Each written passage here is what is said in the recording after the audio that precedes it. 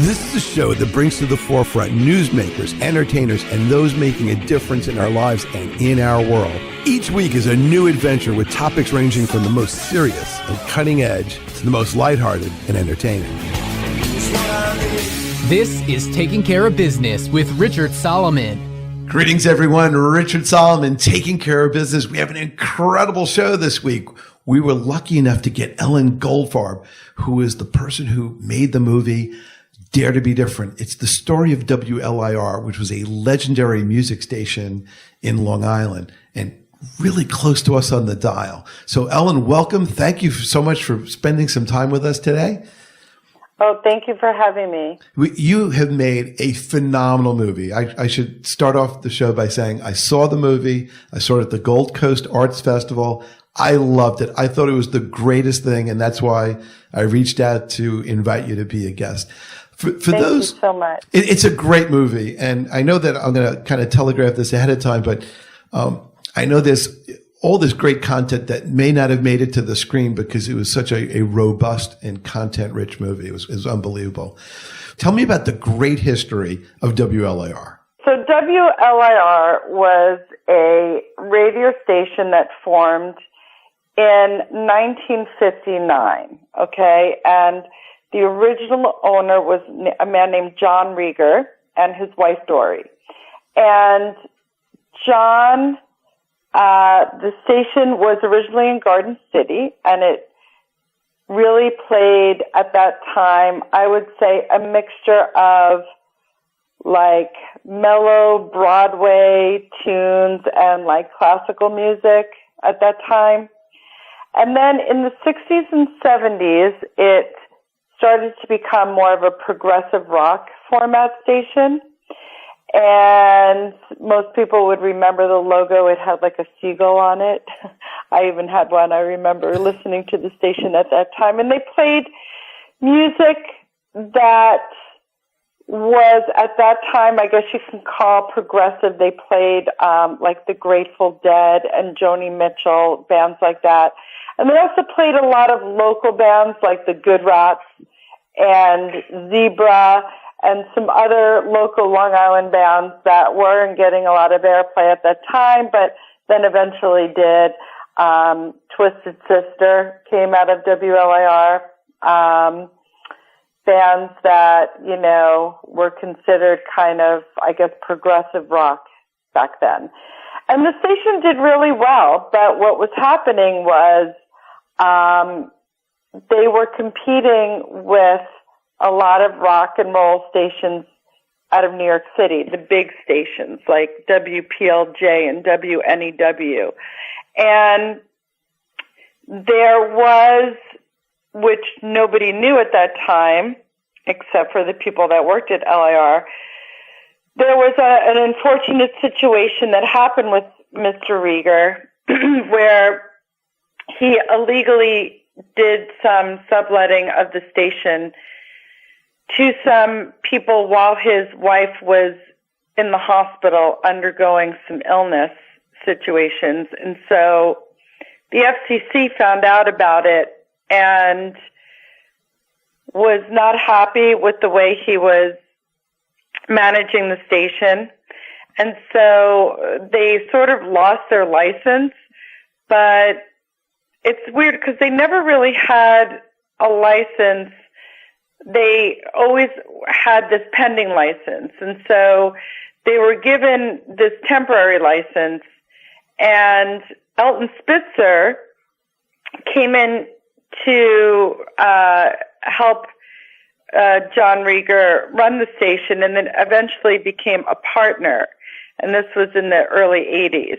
And I think Rieger owned like 51% and Elton Spitzer owned like 49%.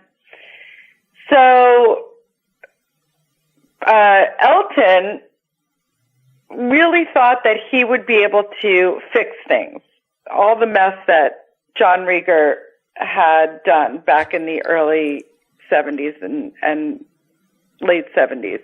And so he and the man who was the program director at the time, Dennis McNamara, had some meetings with some of their staff and some consultants, and they knew they had to really get the station more powerful in terms of listeners and make money. And a lot of this money that they were making had to go to lawyers. Elton used to fly to Washington, D.C. to try to handle all this mess that was going on. And so a lot of money went to attorneys. They had to make a decision. And Dennis was a very influential radio person before he got to LIR. He was working as an intern at WNEW and did some college radio and was very, very into, being in tune with what was going on that was different than what was the norm. So he would follow what was going on in England and overseas and read all of the publications like NME and all of these other, British publications that were showing what was going on different in music than the United States. And he was very intrigued by this. And so he brought to Elton's attention, why don't we do something like this with our station? And it was a big risk because nobody wanted to play this music in the United States. Other radio stations turned this music down.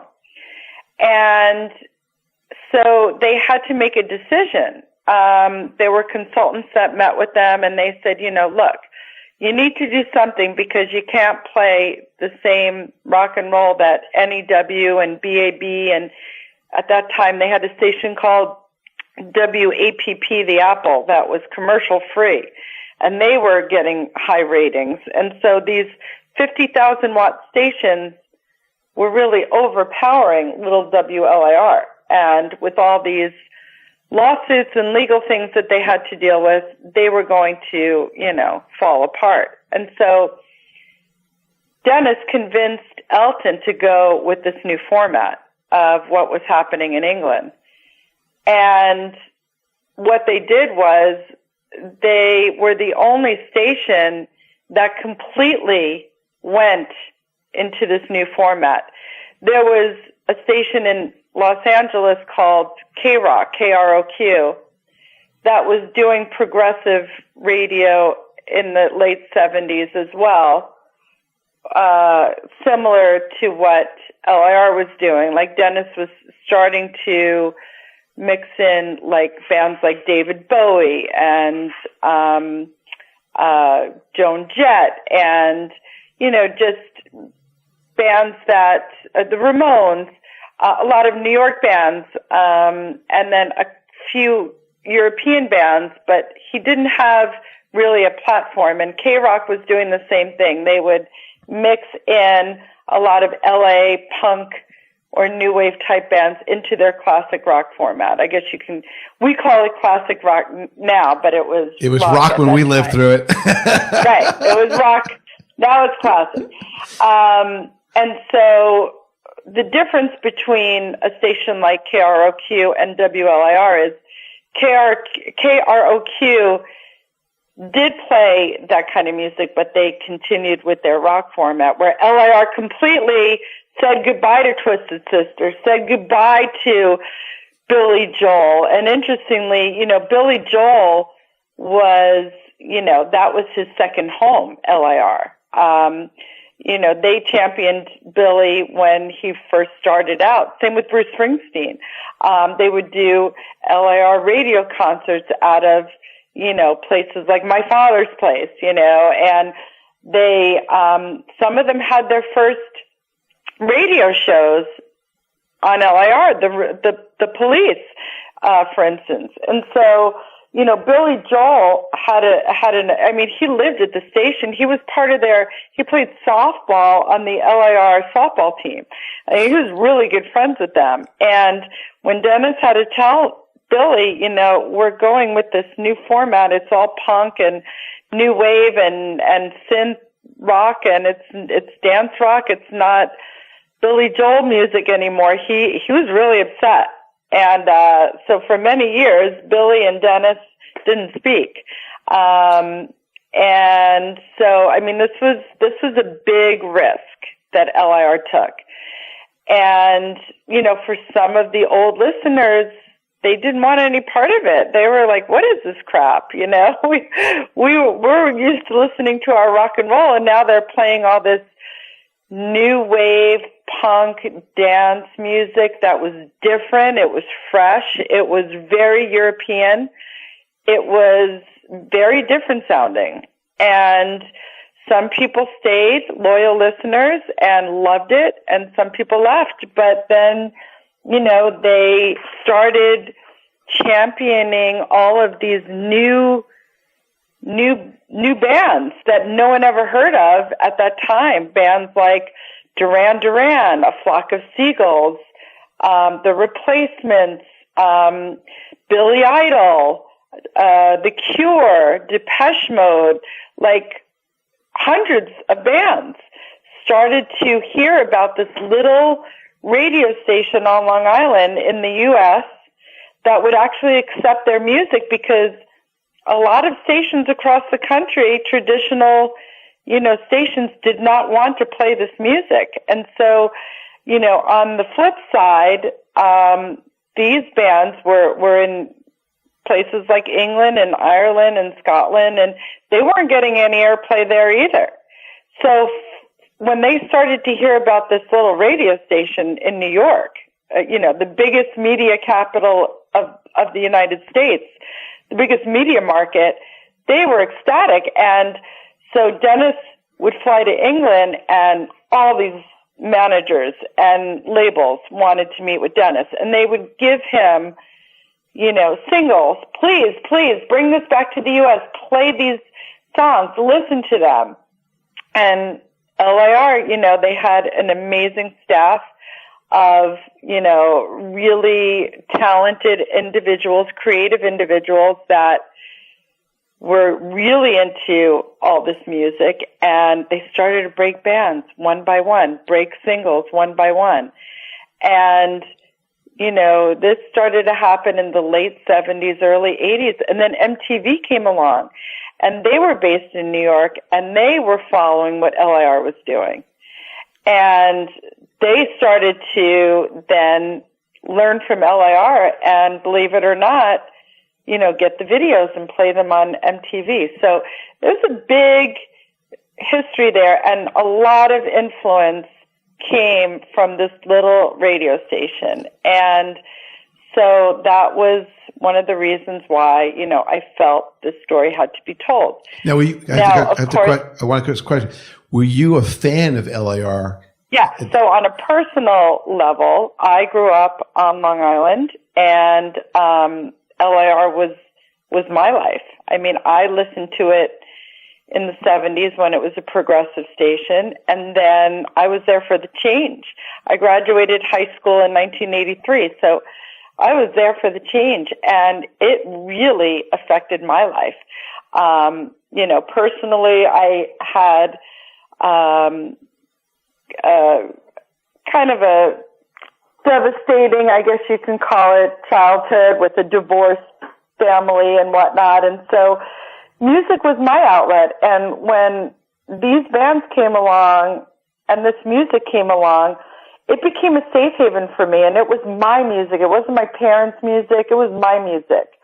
And, when you listened to WLIR back then, it was kind of like your social media that you are into now. Like we didn't have Facebook or Twitter or Instagram. We had LIR. So, you were listening to live DJs that were, they were on, you felt like they were your friends. They were talking to you. They were telling you what the new song of the week was, where to go to buy cool clothes, where to go to hang out, where you can go to meet your favorite DJ, where you go to dance, where you go to socialize. And it became kind of a community. Radio back then was more of a community than it was just, computerized playing music like it is today. You were able to call in and speak to a DJ or speak to the airliners and vote for your favorite song. The Screamer of the Week. Yeah, the Screamer of the Week. I mean, the Screamer of the Week was one of the biggest, what I found out by doing research, all my research for the film was that labels and, big top managers and music promoters would listen to what the Screamer of the Week was, and they would pick their next singles based on what the Screamer of the Week was. That's huge. That is promotional. Huge. That's huge. Well, in many ways, it's the ultimate focus group in a way. Yeah. And it's interesting. We talked about Screamer of the Week, Dennis and I, and he was a big, he was big on watching those old TV shows where, you vote for things. And then, of course, there was American Idol where you can vote on American Idol. He really loved that idea of getting the audience involved. And, this was this was pre-American Idol. And that's what you did. You call up and you vote for your favorite song and whoever won. The artists remember Screamer of the Week, and we have it in the film where they were like, of course I remember Screamer of the Week. We couldn't wait to be here if we were Screamer of the Week. I think it's Nick Rhodes of Duran Duran talks about it. Like, our Capitol Records rep would tell us if we won Screamer of the Week or not, and we were so excited. That's huge. It is huge. By the way, for those who are listening, this is Richard Solomon with my very special guest, Ellen Goldfarb.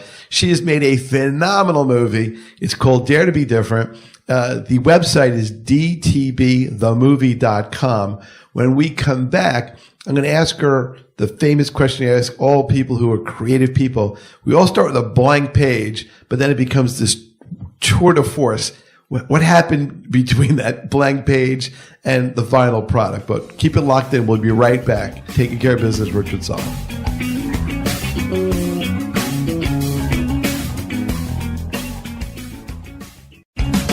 Hi, this is Rory Cosgrove, and you're listening to Rich Solomon on WCWP 88.1 FM.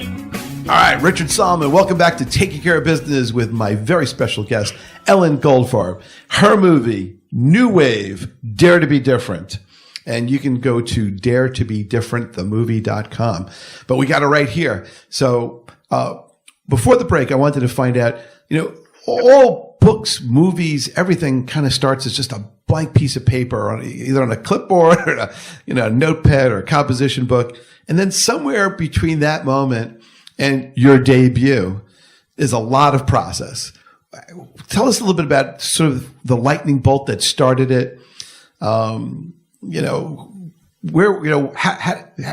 assume one day you were like, I'm going to make a movie about this. Where were you? How did that unfold? Who was the first person you told?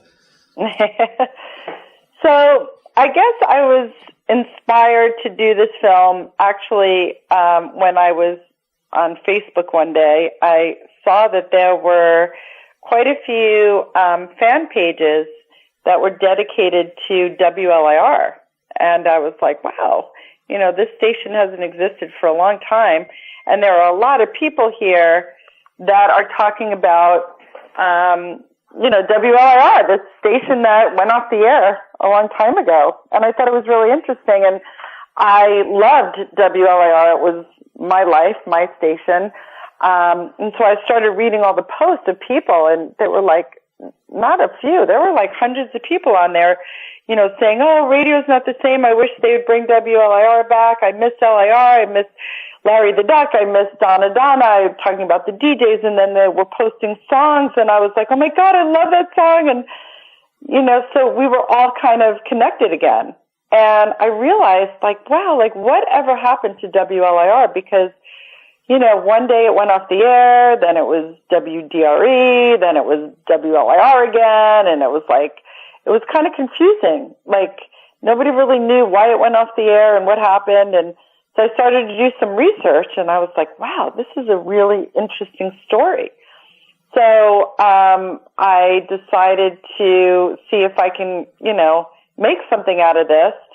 And I went to a website, WLIR.FM, and saw that there was a gentleman named Robert Wilson who was kind of archiving all of the WLIR, archive things that were he was finding on the internet and whatnot and putting it on a website. So I contacted him and I said, how are you related to the station? And he told me he worked there briefly, but that he was the archivist for LIR. And I knew that Dennis McNamara was the guy that I had to reach. I remember that he was the program director. He was also an on-air talent. I used to love listening to him. He was just so charismatic on the radio, and he always had great interviews. But I remembered that he was the guy, and so I asked him. I said, by the way, do you have any contact to Dennis McNamara? I had this idea of possibly, wanting to do a film or some kind of something that had to do with LIR. And he was able to connect me with Dennis, and that's how it all started.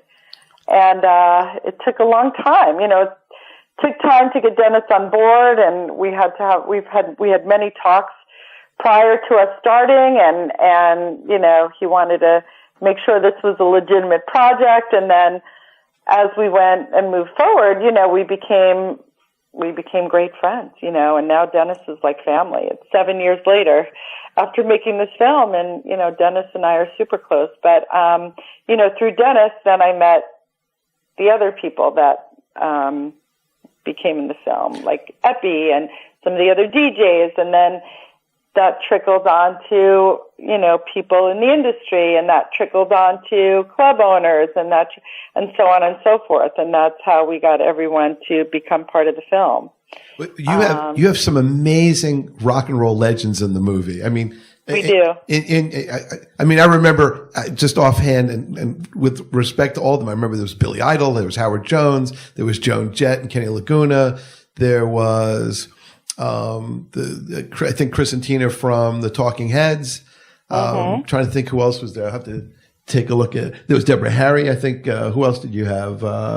Jim. Well, we have Debbie Harry and Chris Stein from Blondie. We have Seymour Stein, who is the founder of Sire Records. We have Cy Kernan of The Fix, Jim Kerr of Simple Minds, Matt Pinfield's in the movie. I mean, we have a lot of people in this movie. Yeah, you even have Baba Booey. That's right.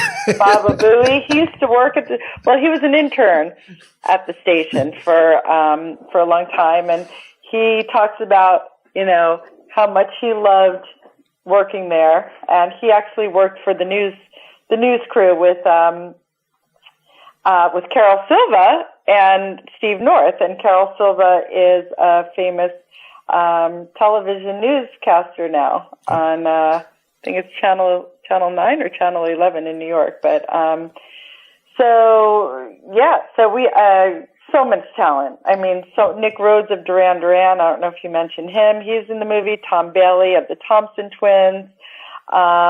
Vince Clarke, who was in Erasure, Depeche Mode, and Yaz. Thomas Dolby.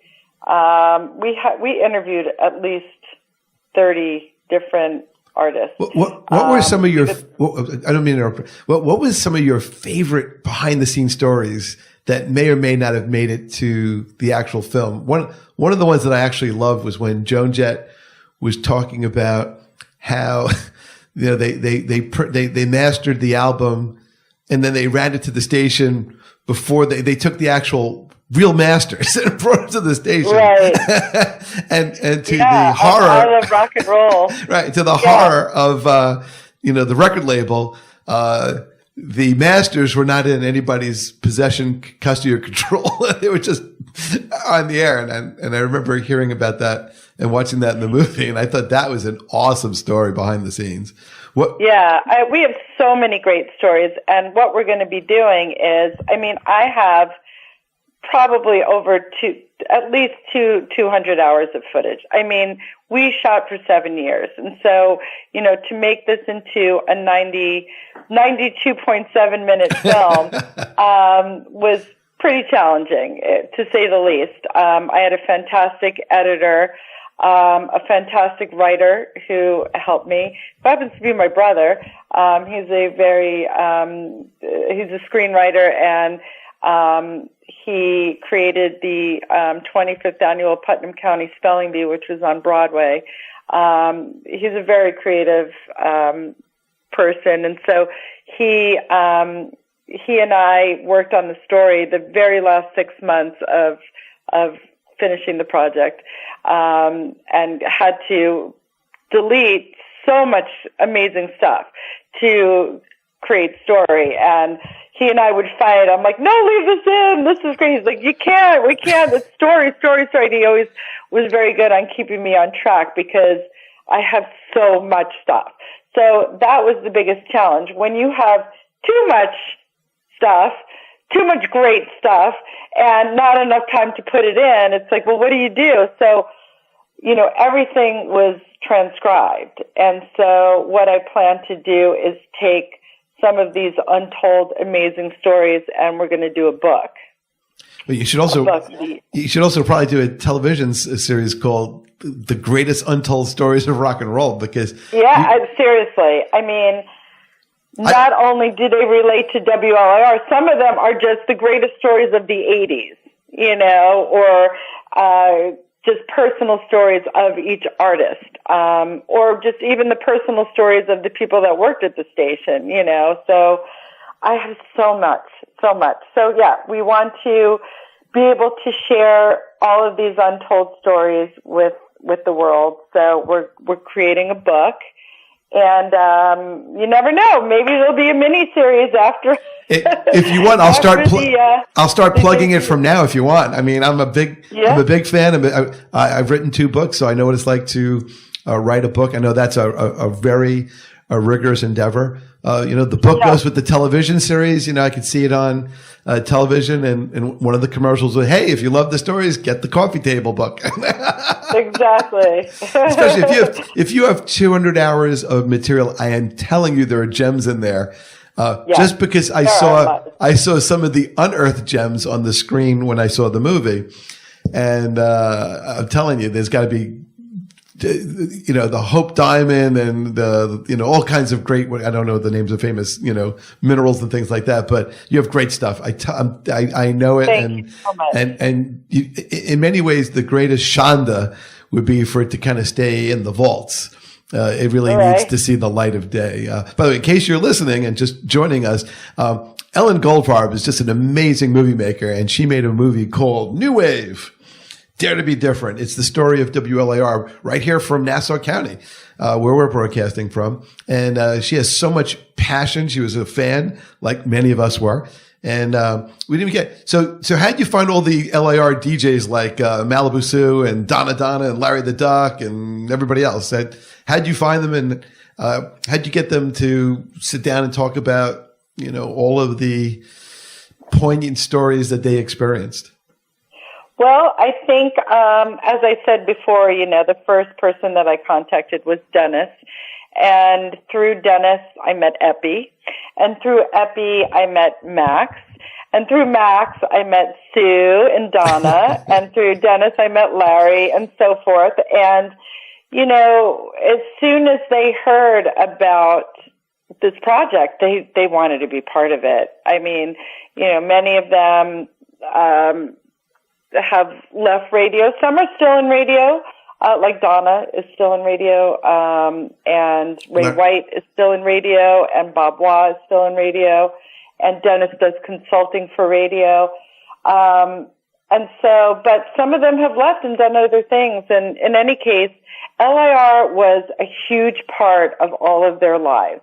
And it's interesting, someone like Donna, who's been on WBAB for so many years, she says people still come up to her and say, "Oh my God, you're Donna from LIR." And she's like, yeah, like that's how they remember her, because it was such a huge part of their life. And as soon as they heard about the project, they all wanted to be part of it. And so then they would call some of the other DJs and everyone. I got pretty much everyone on board. I mean, it took 7 years to track everyone down and find them. And sadly, you know, some passed away along the way. You know, I had Elton interviewed, but you know, he was very sick, and he's in a little part of the film, but there wasn't really anything we can use. But there might be a couple of stories that he told that weren't clear, so we couldn't really put it out there visually, but we hopefully will be able to put it in the book. And Barry Ravioli, I never was able to interview him. Unfortunately, he passed away while we were doing the process. But we pretty much got almost everyone that was, you know, pretty much part of that transition when they transitioned formats, when they changed the format to the new music format. So that was our goal. But people like Carol Silva and Steve North had really interesting stories. They weren't part of the new format, but they were the news people, and I'd like to put some of Steve's stories in the transcripts in the book. You know, we tried our best to get as many people that we interviewed as we can in the film. And, you know, they may have our 1 or 2 second spot, but we wanted to get as many people as we interviewed in it, you know. You have some... Because we did. We interviewed amazing people. So... That was you have some amazing people with amazing stories. And some of the behind the scenes is really funny, like the whole thing about WLIR security. You know, yeah. You know, it's like the door that just, you know, you just jam open a certain way, use a coat hanger to open, and, you know. Well, you know, as I said, you know, earlier, you know, LIR, they were using, unfortunately, they had to use a lot of their money on attorneys and lawyer fees. So, you know, they were operating on a low income, and they, you know, they were joking. They would say, you know, LIR stood for low income radio, you know, and I think Larry says, yeah, we did it for the beer, you know, like, I asked these DJs, I'm like, what made you stay? You know, they were telling funny stories how they used to have to run to the bank because there might not be any money left if you weren't like first or second at the bank. I'm like, you're crazy. How did you afford to make a living and stay there? And they didn't care. They were young guys, you know, and gals at that time. They were rock stars working on LIR. They felt like they were rock stars, and they really were. I mean, they had following of these, you know, avid listeners and fans that would follow them and do whatever they wanted. If they said go to a certain club, these fans followed them, you know. If they said buy this record, the fans would buy the record. Like, these people were so influenced by these DJs. And so the DJs loved the music. They loved what they were doing, and they didn't care if they were getting paid. It was a really interesting time, you know? What was really funny is Larry and I were both being filmed for a television series out in Montauk. It's called the American Dream Show. And what's interesting is that all these different people listed, but I brought my family, you know, because we stayed for the weekend. And I'm like, Larry from WLIR is here. Like it might as well have been like, yeah, the Pope, yeah, the president, yeah. No, but Larry's here. Like, you know what I'm saying? It was like, so I get it. It was like when you grew up with all of these people and they were in your home and in your car and they were with you at all the major events of your life. It was a connection that really transcends today's social media. It was much more, even though it was sort of unidirectional because they kind of broadcasted to you and you were just on the receiving end of it and they didn't really get the reflection back, so to speak. You felt very connected to them, their lives, their stories, their jokes. You know, you look forward to them. These are like, you know, your afternoon friends, or you study to them, or you know. How about the commercials too? I mean, we used to laugh about the LIR commercials. They were classic commercials. They were fun. They were creative. They were kind of personalized to the Long Island scene. They were the best, just the clubs and the,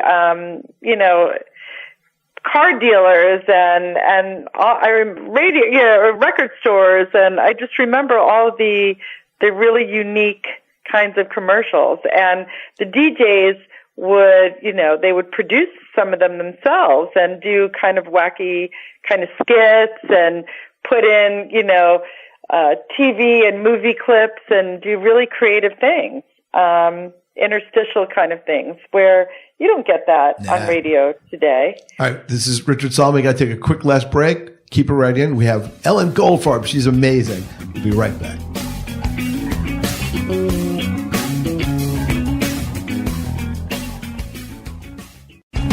Hi, this is the Great Thordini. You're listening to Richard Solomon on 88.1 FM WCWP. All right, Richard Solomon, taking care of business. This show is about the movie New Wave, Dare to be Different, and it'll be Dare to be Different, themovie.com, made by Ellen Goldfarb with us today. She's been incredible. It's an incredible movie. I really urge everybody out there who is a lover of WLIR and all kinds of music, especially the music of WLIR in its day, to go see it. So speaking of following the information about this, where can people go on the internet and find out where the movie's playing, where iterations of it, where the secret behind the scenes stories are going to be revealed one day, all that good stuff? Okay. So, unfortunately, our distributor has not made their official press release about our movie, but we have been picked up for distribution in the United States and Canada. So legally, we are not allowed to announce that until they do. But I will say that everyone will be able to see this film probably starting in March. And March of 2018. Okay.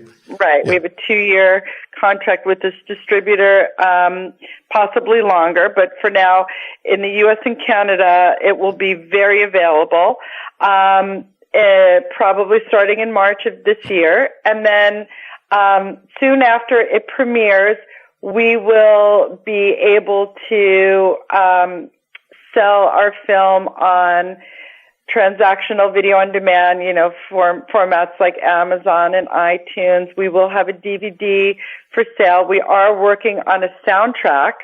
So what our hopes are is to have the soundtrack DVD being sold together or separately, but we're going to have an amazing, amazing soundtrack to go with the film. And then I'm working on this book. And so those are the exciting things that are happening now. We have been at, so far, 9 United States film festivals, which included our big premiere at the Tribeca Film Festival. And we have so far won 3 awards for Best Documentary and Best Music Documentary, which is fantastic. Far exceeded my expectations. And we will be premiering in Europe in January at a film festival in Italy called CU Sound. So that'll be our European premiere, and we have hopes of being in many film festivals in Europe and across the globe. So this is a worldwide film. We have some really great sales team that are working on international distribution for us now, and so we really want this to go worldwide. So now, if you're looking, we're really excited about the future of Dare to be Different, New Wave Dare to be Different. Are you looking for anybody out there who has maybe memorabilia or sound clips to forward them your way? We're finished with the film. So No, but just in terms of social media stuff. Sure. I mean, so let me tell you how we're getting our word out to the masses. So we will in the future be developing a constant contact list so that we can, email people. But for right now, we have a huge social media following on our Facebook, Twitter, and Instagram pages. So Facebook, it's Dare to Be Different, the movie, is Facebook at Dare to Be Different, the movie. And Instagram and Twitter is DTBD, the movie. So please follow us on these social media pages so that you can keep up to date on when things will be released and whatnot. And eventually we will be collecting emails to do a constant contact email blast of everything. And of course, you can follow our website, which is daretobedifferentthemovie.com. So can I look forward to the other 198 hours being released at some point?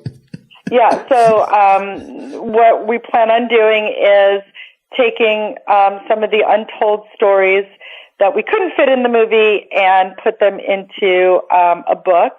And so we're working on that. And, you never know. We may have some kind of a mini-series. If someone's interested in an 80s mini-series, we have enough for that as well. So you never know what the future will bring with all of the material that we have. We have a lot of really, really good stuff. So now, when you saw the movie for the first time in a seat in a theater, not behind the editing board, all the other stuff, how did that hit you?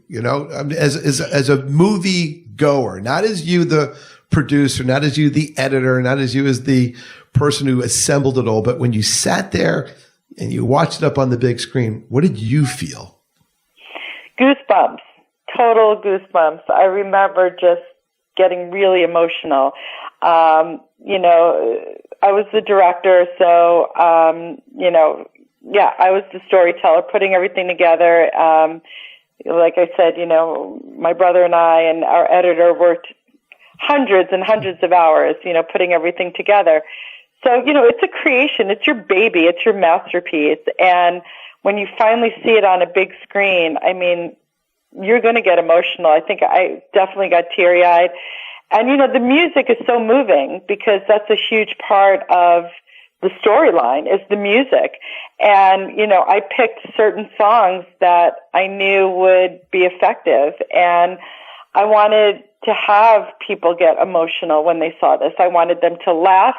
I wanted them to cry. I wanted them to go back to that time that they remember when they were teenagers or young adults and remember being in the 80s. I wanted to transcend people back to that time. And I think I did a pretty good job. I mean, the feedback that I got was, wow, you took me back. Even if you didn't grow up on Long Island, I mean, we've screened this movie all over the country. We were in LA and Dallas and Florida, and it didn't matter. People still felt like they went back to the 80s and they were able to feel like they were listening to their own radio station that eventually, took what WLIR was doing and did it in their own city. And, they still were able to relate to it, which was really, really important to us. We had many, many different variations of the movie, obviously. This wasn't our first cut. And, we had, some friends and family come and screen the first couple of, screenings of what we put together. And the feedback we got was, it's too Long Island, it's too WLIR. If you want to make this worldwide, you're going to need to change some things. So that's what we needed to do, because we wanted not only it to be a tribute to WLIR, but it had to be relatable to the world. People needed to understand that this was a global story. And so fortunately, I think we did a good job, because as we traveled the country with the film, we did get really good feedback, and interestingly won Best Documentary Film in places, well, we did win it at the Gold Coast, but we also won it in places other than New York. So that was really great to see. I voted, by the way. So. Thank you. I did vote. Yeah. Let me. I really can't say this enough. It is an amazing movie, and it hit me on so many different levels. On a nostalgia level, I was like, wow. Oh, those were great times. Very nostalgic. Right? Yeah. On a music level, I was like, wow, that was great music. And, unfortunately, I don't want to be critical of today's music, but for some reason, today's music is very formulaic and not so grabby. Whereas, it was so much more deeper. The music said more. It was more edgy. It was more everything. And it was interesting to go to a record store. I mean, I remember going to Tower Records and all these other places. I remember going to Canada to go to Sam the Record Man. And I miss those days when you would go to Tower Records, either on Broadway or in Carl Place, Long Island. And that's how, you'd let your fingers do the walking, so to speak, and you'd come back with all kinds of music. When I worked for a law firm in Great Neck, there were a number of us who would actually work late at night listening to radio. And the number one station that we actually listened to was, at least for some of us, was WLIR. And and the thing that I remember was when WLIR would announce a concert, and then I got to go see that. Like, that was like the funniest thing. I remember there was a coworker, I had Janet, great lawyer. And I remember when they would announce, like, so-and-so would be playing at name a venue. And then she'd be working on an appeal. I'd be working on something, and I'd be like, hey, we got to go to that, we got to call everybody, we all got to go, and that's how we kind of got a lot of our concert information or whatever. And it was cool to listen to the Screamer of the Week and kind of, absolutely see all that stuff. Yeah, LIR had great programs. I mean, Off the Boat, Screamer of the Week. I mean, this is where you heard this new music played first for the very first time. So, they were amazing times, and being able to bring everyone back to those fantastic times is, it's a time machine. Great achievement. It's a time machine. It's a time machine. It's funny, when you watch MTV today, it's not what MTV was. And I remember I was in college, and my friend Wayne said to me, you got to check this out. There's this thing called music television. And he had this like party. It was more like a picnic barbecue kind of thing. And what he did is he just took the speakers, plugged it into his TV, and then kind of beamed the sound out. So we didn't even see that. But it was all this like really great music. And I remember when you talked about PLJ and APP, I remember when they had the commercial-free summer. Everybody called it the WAPL. Right. And I remember all that stuff. And as someone who kind of grew up through all that, I used to listen to, WABC music radios as a little kid. I put a little Radio Shack, you don't see those anymore really, Radio Shack transistor radio under my pillow, and I would listen to music, while going to sleep. I just, kind of like, that's how I'd kind of fall asleep. I put on it was like a 2x2, just a little transistor radio. And I would just listen to music, and it'd be, and the wonder of the music and the songs you wanted to hear. I remember when, WABC had sort of things where they would replay the song because it was just a great song. They would play it again. And like, wow, and that your movie brought back hundreds of memories. All those memories, came back. And the first thing I did was I called people very close to me just to sort of share the reminiscing of, remember when we used to do this, remember that. And you know how it is when songs remind you of time frames in your life, where there were songs that were hot either in, high school, college, whatever, for different people. You brought all of that back. At least I can say that on a personal level for me. And then the people who weren't lucky enough to go to the movie, I called them and they're like, wow, I would have loved to have seen that.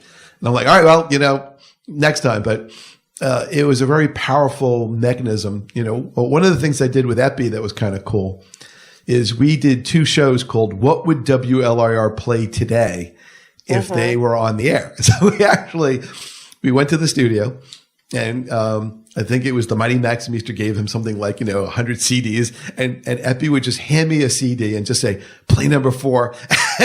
And we just literally did that for a couple hours. And then, we had Dennis McNamara on. So I got to taste a little bit of this, but you really got to be part of it. And I think that was just, not only in terms of the movie, but just sort of, from an experience point of view, it must have been a great journey.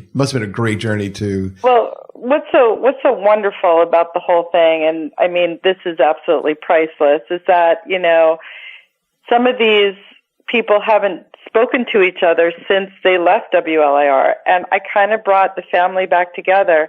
And what really I feel is the biggest achievement of all is that for many years, Dennis didn't really he didn't really want to talk about LIR anymore. He was really upset about what the FCC did. And when the station closed, he took it personally. He felt like LIR was a failure. And when I first approached him about doing this film, he didn't really want to talk. You know, he had a lot of emotional things that he had to sort out regarding the past. And when he finally saw the hundreds of people that came out, from fans to artists to club owners to record label producers to big music executives, and talk highly about him and what he did for music, and breaking all of these artists and what an important person he is to the music industry, he then realized, wow, I guess I really did do something right. And I think I helped change this person's life, and that's priceless. That's priceless. He now has a completely different attitude about the past and what happened, and he is a different person. And that is the biggest joy of this whole process, and getting these DJs back together and forming our family again. And we're a big family again. And even with the artists, we're all connected, and it's wonderful, you know, because they're just amazing people. They deserve all of the accolades that they're getting, and I'm glad I was able to bring them out and, you know, bring them into the spotlight and show the world what amazing people they are. So that's my biggest joy. Wow. Well, you know, it's like, sort of like a whole music ecosystem, because you need the bands for the content. You need the radio to spread the word. You know, you need the records to be produced, and you need, everybody's part of like the whole ecosystem. And all the parts are incredibly vital, from the songwriters to the sound engineers and to the radio personalities. Absolutely. You know, I remember seeing, what is the WLIR van or something like that. You know, yeah. I love that. Just, you know, and it's like you said, the radio personalities felt like friends. You know, they were just people. They felt like friends, and they really are. I mean, they're so personal and warm to their audience, and you know, even the fans today, you know, they're still just so lovely with their fans today, and they're just it's so different than what you would see today. You know, the egos and whatnot. I mean, yeah, they're still really, really appreciative of their fans, and that's really nice to see. Count me as a fan. I am honored. Me too. I am honored that you gave us the time to be with us today. You have an amazing movie. What you did for music, nostalgia, radio, I cannot clap or bow enough. I really thank you for what you've done to help us sort of go back in time, and really appreciate it. So real fast, it's New Wave, Dare to Be Different, daretobedifferentthemovie.com, Ellen Goldfarb. Catch her on Facebook, social media, Instagram, Facebook, all that great stuff. We'll update you here, and we'll put in our little blurbs on all of our social media platforms, any updates. And if you want to send us an email, by all means do so, and we'll make sure that Ellen gets a forward of that. So Ellen, thank you so much for being with us. And thank you, Richard. All right, Happy New Year. Thank you. And for everyone out there, we'll see you next week.